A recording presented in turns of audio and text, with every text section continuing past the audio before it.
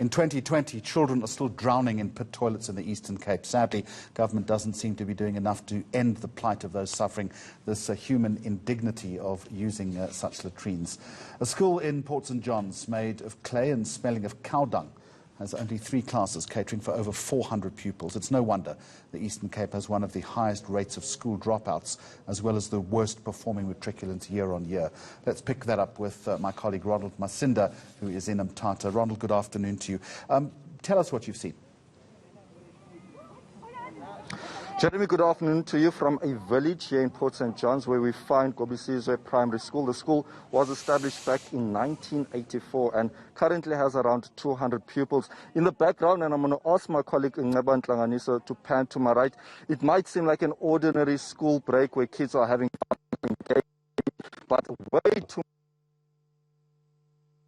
many toilets covered in zincs and stones. That do for so many years at the school. And the school that we went to previously, the Oma School, which is about 30 km from here, they also experienced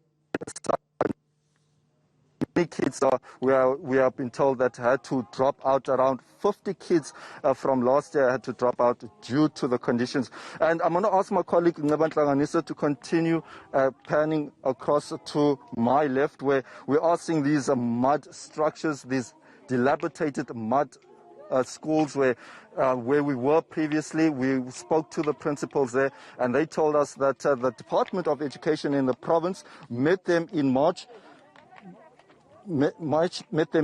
promising them that they will have a new school built by the end of the year. That plan seems to have been hindered somewhat by the lockdown. Also, there's been a lack of communication according to the school teachers. But what we are seeing, Jeremy, here at the school is the dire situation that many people find themselves. We also heard from the school principal at the previous school that we attended, saying that one of the main issues that they are experiencing educating kids at these mud structures is that there are also health risks, where a lot of the kids have to, they've suffered infections, and many of them suffering a number of serious health issues due to these structures. So it remains to be seen whether the Department of Education will live up to the promise that they've made so many of these schools that find themselves in such a dire situation.